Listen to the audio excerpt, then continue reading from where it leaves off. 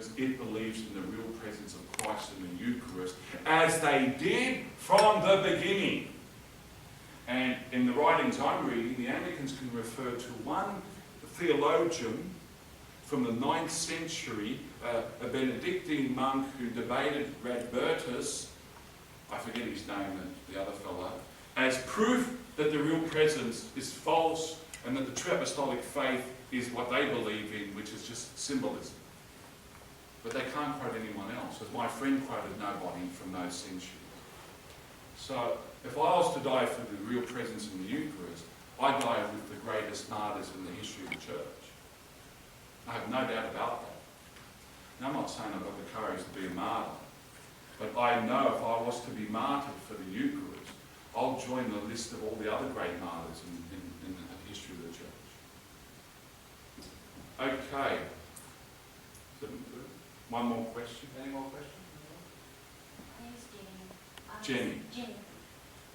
Just what difficulties have you encountered since the beginning of the Grad? In writing this book, the main difficulties, you don't want to get me started.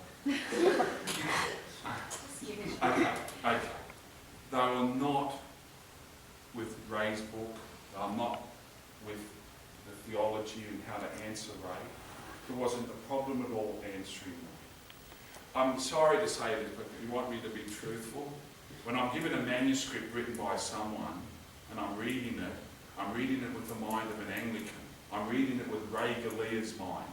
You're responding to my book with this. Ha! And when I saw responses that I would go, ha! I said, I've got to get to work on this.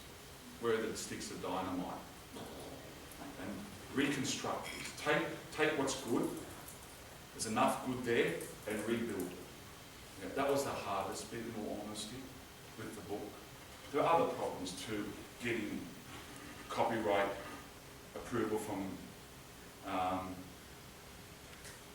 Matthias Media. That was relatively easy though. Getting it checked with the lawyers.